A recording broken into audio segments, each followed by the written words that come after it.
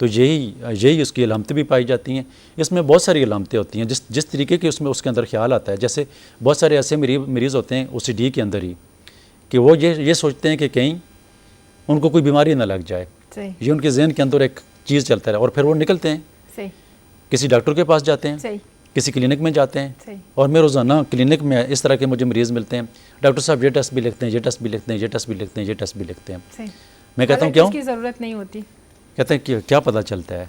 کل بھی میں نے ایک ایسا مریض دیکھا ہے جس نے ایک اتنی بڑی فائل لائی تھی, اس فائل کے اندر اس کو کسی بھی قسم کی کوئی بیماری نہیں تھی, لیکن وہ مجھے کہہ رہا تھا کہ یہ مجھے دوبارہ ریپیٹ کروا دیں. یہ مینٹل ڈس آرڈر ہے نا. ڈاکٹر صاحب اقسام تو پوچھیں گے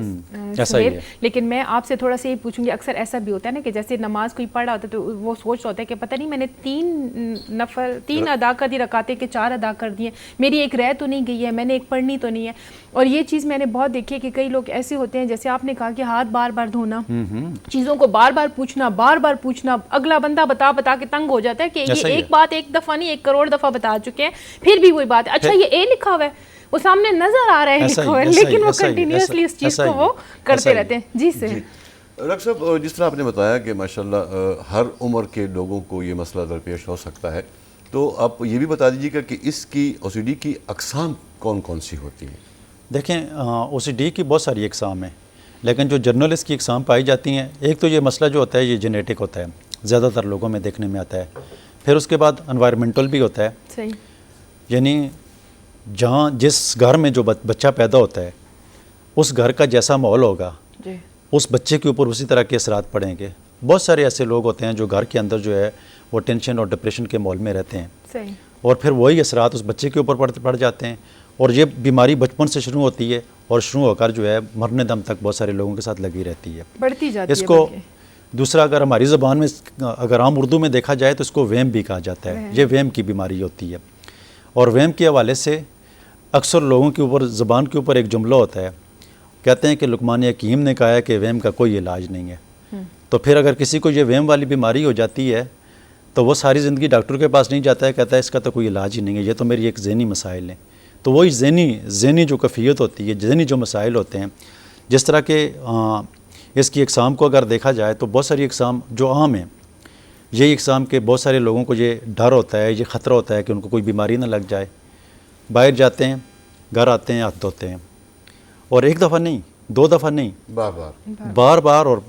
اتنے دھوتے ہیں کہ 1 گھنٹہ جو لوگ گھر میں اس کے ہوتے ہیں ان کے گھر میں ہوتے ہیں وہ اس کی کھانے پہ انتظار کر کے جو ہے تھک جاتے ہیں کہ یار ہمارا بچہ ابھی تک گھر سے اندر سے نکلا کیوں نہیں ہے. تو وہ بار آدھا گھنٹہ ہاتھ دھوتا رہتا ہے. کوئی غسل کرتا ہے تو وہ گھنٹہ جو ہے وہ واش روم سے بالکل نہیں نکلتا ہے. تو یہ وہ بیماری کی کیفیت ہے کہ جس میں اس کے ذہن کے اندر جو چیز چل رہی ہوتی ہے وہ وہی کر رہا ہوتا ہے اور مسلسل کر رہا ہوتا ہے, اور جنون کی حد تک کر رہا ہوتا ہے. اس کا جنون ہوتا ہے کہ یہ کام, حالانکہ وہ اس کام سے تھک جاتا ہے, مجبور ہو جاتا ہے کہ یار یہ کام تو مجھے نہیں کرنا چاہیے. تو اس طرح کے بہت سارے مریض ہوتے ہیں جو اس طرح کی بیماری میں OCD میں مبتلا ہوتے ہیں, لیکن وہ کسی ڈاکٹر کے پاس نہیں جاتے ہیں, وہ اس کا علاج نہیں کرواتے ہیں, اور ساری زندگی کے لیے اسی مرض میں جو ہے ایک سائڈ پہ ہو جاتے ہیں. فرض کریں کہ کوئی ایسا مریض بھی ہوتا ہے, میں نے خود دیکھے ہیں کہ قرآن پاک کا جب تلاوت کرتے ہیں تو وہ صرف 1 صفحہ ہی پڑھ سکتے ہیں, اس سے زیادہ نہیں پڑھ سکتے ہیں. کیوں؟ اسی صفحے کو جو ہے نا وہ مطمئن نہیں ہوتے ہیں, کسی بھی چیز سے وہ مطمئن نہیں ہوتے ہیں, کوئی بھی کام کر رہے ہوتے ہیں مطمئن نہیں ہوتے ہیں. تو ان کو جتنا سمجھایا جائے, تو سمجھانے سے تو بہت سارے لوگ جو ہیں اگر اس کو بریف کر لیا جائے کہ یار یہ تو بیماری نہیں ہے, اس سے آپ نکلنے کی کوشش کریں, تو بہت سارے لوگ جو سمجھدار ہوتے ہیں یا ان کو صحیح طریقے سے کوئی گائیڈ لائن دے دیتا ہے تو وہ اس چیز سے نکل بھی جاتے ہیں. لیکن مسلسل اس میں یہی بات ہے کہ کہتے ہیں کہ وہم کا کوئی علاج نہیں ہے. ڈاکٹر صاحب, اگر اس کو یہ کہا جائے کہ بعض لوگ اس کو یہ سمجھتے ہیں کہ جی یہ بس اس کی نیچر ایسی ہے یا اس کی عادت ہے, تو میرے خیال سے یہ تو پھر بات غلط ہو گئی نا. یہ ان کو ایک وہم ہے, عادت نہیں ہے بلکہ, اور عادت تو بدل نہیں سکتی. بیسیکلی بیماری ہے. بدنصیبی سے ذہنی امراض کوئی بھی ہوتا ہے, OCD سے ہٹ کر بھی, تو کوئی بھی مریض یہ ماننے کے لیے تیار نہیں ہوتا ہے کہ اس کو بیماری. ابھی ہمارے معاشرے میں دیکھیں نا, کتنے ایسے لوگ ہیں جو غصہ کرتے ہیں, دوسروں کے اوپر ہاتھ بھی اٹھا دیتے ہیں, بچوں کو بھی مارتے ہیں, گھر میں اپنی اگر کوئی مرد ہے تو اپنی بیگم کے اوپر بھی ہاتھ اٹھاتا ہے, اس کے اوپر ظلم بھی کرتا ہے, مارتا بھی ہے. تو لوگ کہتے ہیں یہ ظالم ہے, یا اس کا غصہ ٹھیک نہیں ہو سکتا. لیکن یہ کام نہیں کرتے ہیں کہ اس کو کسی ڈاکٹر کے پاس لے جائیں تاکہ اس کا علاج ہو جائے. تو یہ نفسیاتی مریض ہوتے ہیں. یہی OCD جو بھی ہے، جو بیماری بھی دماغ کی کوئی بھی بیماری ہوتی ہے تو ہمارے دماغ کے اندر بہت سارے ایسے ٹرانسمیٹر ہوتے ہیں، اور وہ ٹرانسمیٹر میں اگر کوئی مسئلہ ہو جاتا ہے، جیسے کہ ڈوپامین ہے، جیسے کہ سیروٹونین ہے، تو یہ ابھی مثال کے طور پہ کوئی بیمار ہے اور وہ ہمیشہ پریشان رہتا ہے، صحیح دیکھو ہوگا بہت سارے لوگ یہاں پر یہ آگے پیچھے جتنے بھی اپنے دماغ پہ حاوی کر لیتے ہیں، بیماری کو اپنے دماغ پر حاوی بھی کرتے ہیں، اور یہ جو ٹرانسمیٹر ہوتے ہیں اگر ان میں تھوڑا سا بھی فرق اوپر نیچے ہو جائے تو بندہ اداس ہو جاتا ہے، پریشان رہنے لگتا ہے۔ اس کا مطلب یہ ہے کہ اس کا ڈوپامین جو ہے وہ کام نہیں کرتا ہے، اور جب ڈوپامین کام نہیں کرتا ہے تو کیا ہوتا ہے؟ اداسی ہوتی ہے۔ صحیح لیکن ایسا ہوتا ہے ڈوپامین کیسے کام کرتا ہے؟ مثال کے طور پہ آپ میرے سامنے بیٹھے ہوئے ہیں تو میں آپ کی تعریف کرتا ہوں کہ ماشاءاللہ آج بڑے پیارے لگ رہے ہیں، اور واقعی پیارے لگ بھی رہے ہیں، آپ بھی بڑی پیاری لگ رہی ہیں۔ تو جب تعریف کی جاتی ہے نا تو بندہ خوش ہوتا ہے، تو خوشی، اس کی خوشی کی جو بنیادی وجہ جو ہوتی ہے ڈوپامین کے لیولز کو ڈوپامین کا لیول جو ہے یہ بڑھ جاتا ہے۔ تو اسی طرح اگر دیکھا جائے تو سیروٹونین یہ ایسا کیمیکل ہمارے دماغ کے اندر ہے کہ یہ اگر مینٹین رہتا ہے تو بندہ 24 گھنٹے خوش رہتا ہے، لیکن اگر اس میں مسئلہ پیدا ہو جاتا ہے تو یہ بندہ 24 گھنٹے پریشان رہتا ہے، کوئی بھی ہو۔ تو اگر یہ کسی اچھے ڈاکٹر کے پاس چلا جائے گا، خاص کر ہومیوپیتھ کے پاس چلا جائے گا، تو یقین مانیں کہ ہمارے سسٹم میں 700 سے اوپر میڈیسن ہے ان چیزوں کو ٹھیک کرنے کے لیے۔ صحیح اور اگر کوئی اچھے ڈاکٹر کے پاس جا کر اس کو صحیح میڈیسن دے دے گا نا، تو جو لوگ سالوں کے حساب پر دوائیاں کھا رہے ہوتے ہیں، یقینی طور پر ہر مریض جو ہے خواہ اس کے دماغ کے اندر کچھ بھی چل رہا ہو، OCD ہو یا کسی بھی قسم کا کوئی دماغی مسئلہ ہو، صحیح تو ایسے مریض ٹھیک ہو جاتے ہیں۔ اچھا ڈاکٹر صاحب، میں یہاں آپ سے یہ پوچھوں گی کہ بہت سے ایسے لوگ جو ایلوپیتھی کا علاج کراتے ہیں، اس طرح کی بیماری کے لیے ان کو اسٹیرائڈس دیے جاتے ہیں۔ ظاہر سی بات ہے دماغ کو کام رکھنے کے لیے، خاموش رکھنے کے لیے، پرسکون رکھنے کے لیے بہتر طریقہ ڈاکٹرز حضرات کو یہی لگتا ہے کہ کوئی ایسی گولی ہو کہ جس میں تھوڑا نشہ ہو، انسان سکون میں ہو، سو جائے، اٹھے، فریش ہو جائے، یہ چیزیں۔ آپ بتائیے گا کہ ہومیوپیتھک میں جو آپ علاج کرتے ہیں، آیا اس علاج میں بھی اس طرح کے کوئی انگریڈینٹس پائے جاتے ہیں؟ اور ساتھ ساتھ یہ بھی بتائیے گا کہ آیا اس بیماری کے لیے کچھ ایسی ایکسرسائزز، کیونکہ انٹرنیشنلی بہت سی ریسرچ ہوئی ہوئی ہے اور میں نے خود پرسنلی بہت سی ریسرچ پڑھی ہوئی ہے اس حوالے سے، میں نے آپ کو بتایا ایک ٹائم تھا کہ مجھے بھی ایسی چیزیں فیل ہوتی تھی، تو میں نے اس چیز کو پڑھا ہوا ہے، اور بہت سی ایسی ریسرچ ہیں کہ جنہوں نے بہت ساری ایسی چیزیں بتائی ہیں، بہت ساری ایسی مشقیں بتائی ہوئی ہیں کہ کنٹینیوسلی کرنے سے آپ اس بیماری سے نکل سکتے ہیں بغیر میڈیسن کے بھی۔ تو آپ مجھے یہ بتائیے گا کہ آپ لوگ کس چیز پہ زیادہ فوکس کرتے ہیں؟ میڈیسن پہ زیادہ فوکس کرتے ہیں یا ساتھ لوگوں کو ایکسرسائزز بھی بتاتے ہیں، مشقیں بھی بتاتے ہیں؟ کیا ایسا آپ کا لائے عمل ہوتا ہے کہ جس سے یہ بندہ صحیح ہو جاتا ہے؟ ہاں دیکھیں، OCD کے جتنے بھی پیشنٹ ہوتے ہیں تو چونکہ ان کے ذہن میں مسلسل کوئی نہ کچھ چل رہا ہوتا ہے، جس کی وجہ سے ان کو رات کو نیند نہیں آتی ہے، تو سب سے پہلے تو یہی چیز ہوتی ہے کہ اگر ایسے مریض کسی اچھے انوائرمنٹ میں چلے جائیں، ایکسرسائز کریں، جم جائیں